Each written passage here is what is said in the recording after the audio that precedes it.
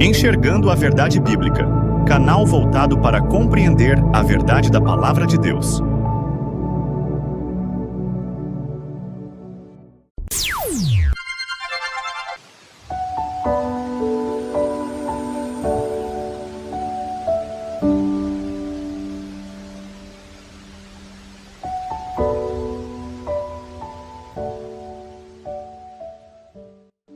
Igreja de Deus do Sétimo Dia. Movimento congregacional. Meditação e reflexão. Olá, paz seja contigo. Hoje o tema da meditação é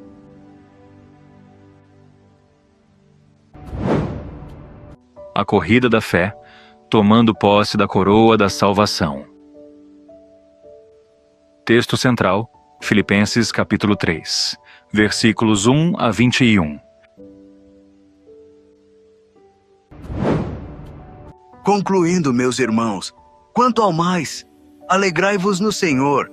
Para mim, não é incômodo escrever-vos outra vez sobre o mesmo assunto, e para vós é uma segurança a mais.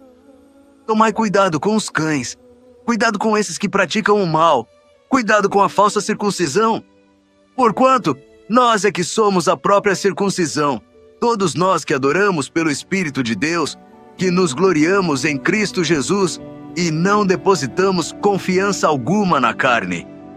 Embora eu também tivesse razões para alimentar tal convicção, ora, se alguém julga que tem motivos para confiar na carne, eu ainda mais.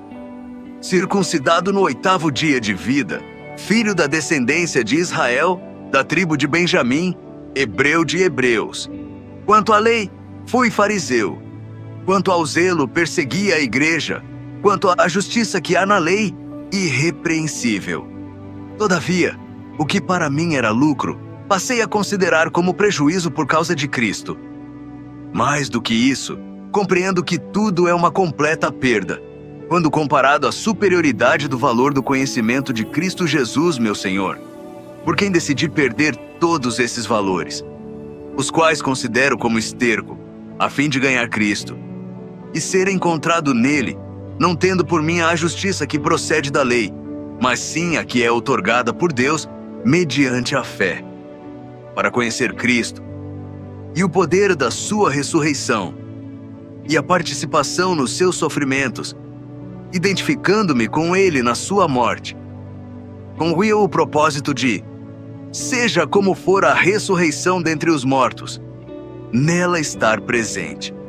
Não que eu já tenha alcançado tudo isso, ou seja perfeito. Entretanto, vou caminhando, buscando alcançar aquilo para o que também fui alcançado por Cristo Jesus.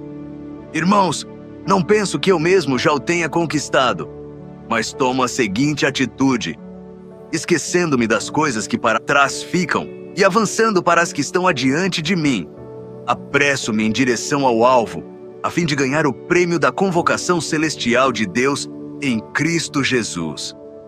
Por isso, todos nós que alcançamos a maturidade espiritual devemos pensar dessa mesma maneira.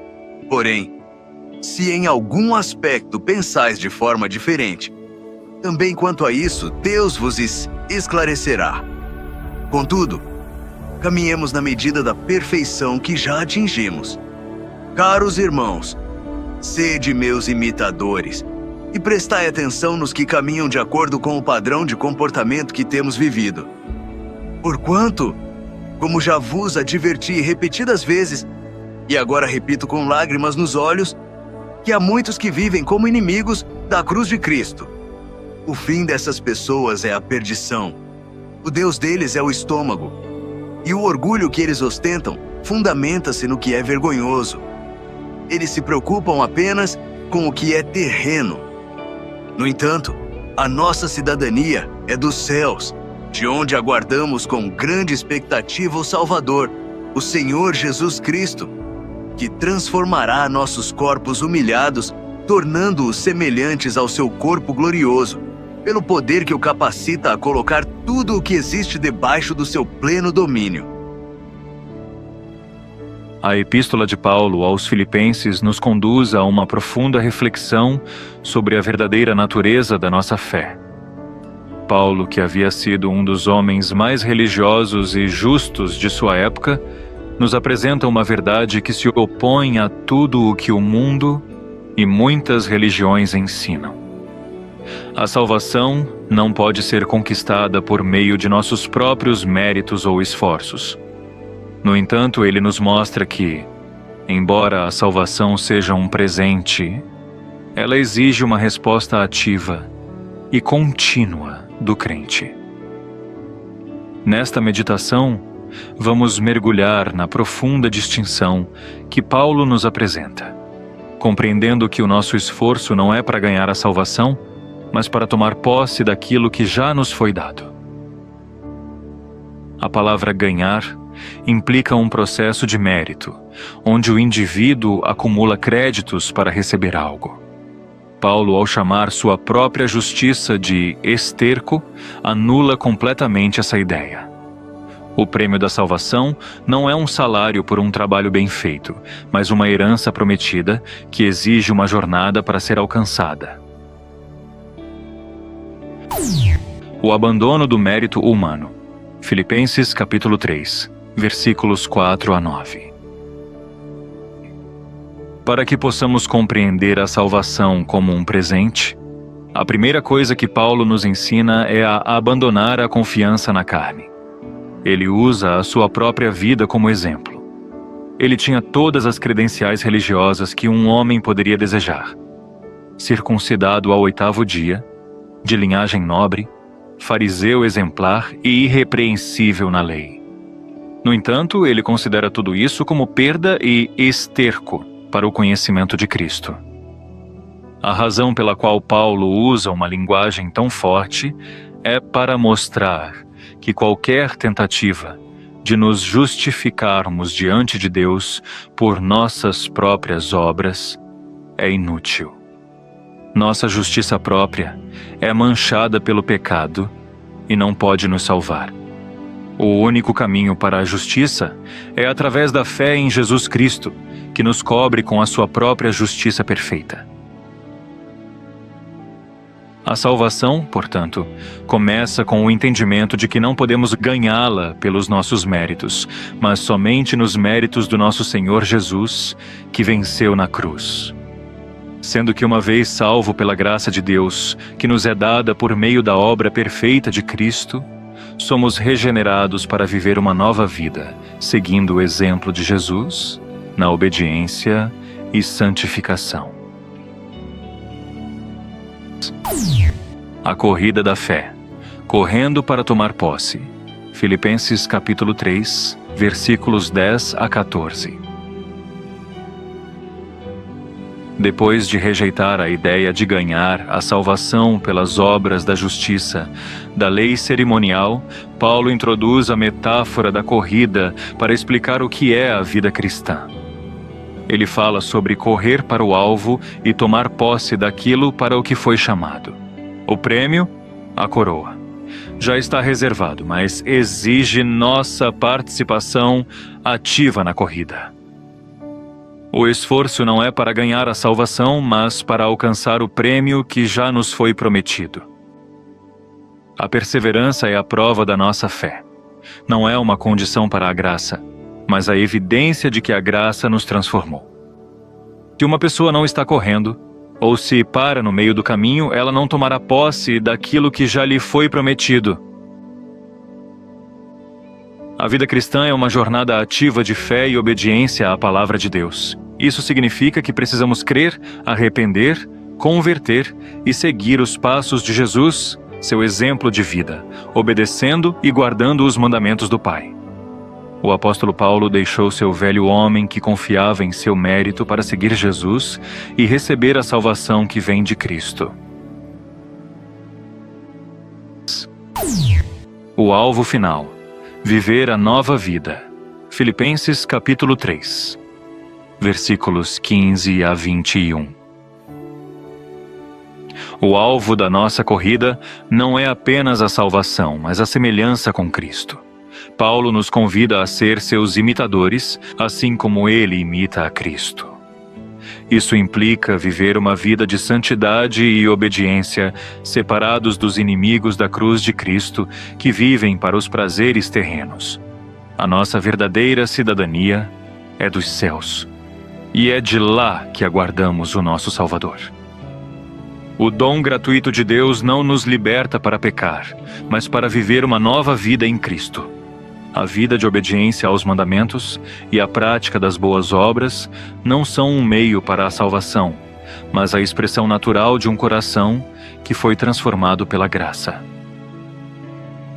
A fé verdadeira em Jesus nos capacita a viver uma vida santa e justa, seguindo o exemplo dele.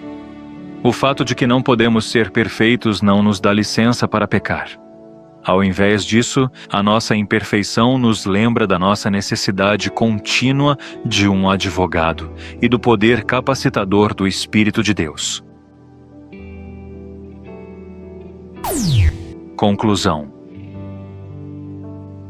A mensagem de Filipenses 3 é uma correção poderosa para qualquer doutrina que separa a fé da obediência. A salvação é um dom gratuito, recebido somente pela fé em Cristo, e o nosso esforço não é para ganhá-la, mas para viver e tomar posse da promessa que nos foi feita. A graça de Deus é o sublime favor imerecido que nos alcança e oferece a salvação em Jesus Cristo, mas que jamais deve ser interpretada como uma licença para a transgressão. O seu propósito primordial é nos levar à santificação, pois a graça nos ensina a renunciar à impiedade e a viver de forma justa e piedosa.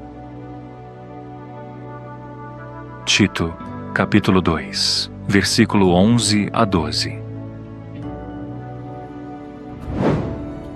Porquanto a graça de Deus se manifestou salvadora para todas as pessoas. Ela nos orienta a renunciar à impiedade e às paixões mundanas e a viver de maneira sensata, justa e piedosa nesta presente era. O crente é libertado da condenação do pecado e capacitado a vencê-lo por estar sob o poder da graça. Romanos capítulo 6, versículo 14. Porquanto o seu pecado não poderá exercer domínio sobre vós, pois não estáis debaixo da lei, mas debaixo da graça. No entanto, essa jornada exige vigilância, perseverança e obediência. A pessoa que foi chamada e, após experimentar esse dom, opta por viver na prática deliberada do pecado, ignorando a voz do Espírito de Deus que a exorta à santidade, corre um perigo extremo. A Escritura averte que quem age assim pode cair da graça e, consequentemente, perder a salvação que lhe foi oferecida, pois está profanando o sacrifício de Cristo. Hebreus capítulo 10, versículos 26 a 29. Porque se vivermos deliberadamente em pecado, depois de termos recebido o pleno conhecimento da verdade, já não resta sacrifício pelos pecados, mas uma horrível expectativa de juízo e fogo ardente, prestes a consumir todos os inimigos de Deus. Ora, se aqueles que rejeitam a lei de Moisés morrem sem misericórdia, mediante a palavra de acusação de 2 ou 3 testemunhas, julgai vós, quanto maior castigo merecerá quem feriu os pés do Filho de Deus, profanou o sangue da aliança pelo qual ele foi santificado, e insultou o Espírito da graça? A graça exige uma fé ativa que se manifesta em obediência aos mandamentos, sendo a força para que o chamado corra a carreira e tome posse da vida eterna. É bom lembrar que a salvação é um dom, mas a perseverança é a condição para que o prêmio seja alcançado no final. A nossa fé genuína se manifesta em uma vida de perseverança na corrida, buscando a cada dia tomar posse da coroa que já está reservada para nós. Amém. Acesse o canal Enxergando a Verdade Bíblica no YouTube. se inscreva neste canal, assine o sininho para receber notificações e deixe seu like. Paz seja contigo.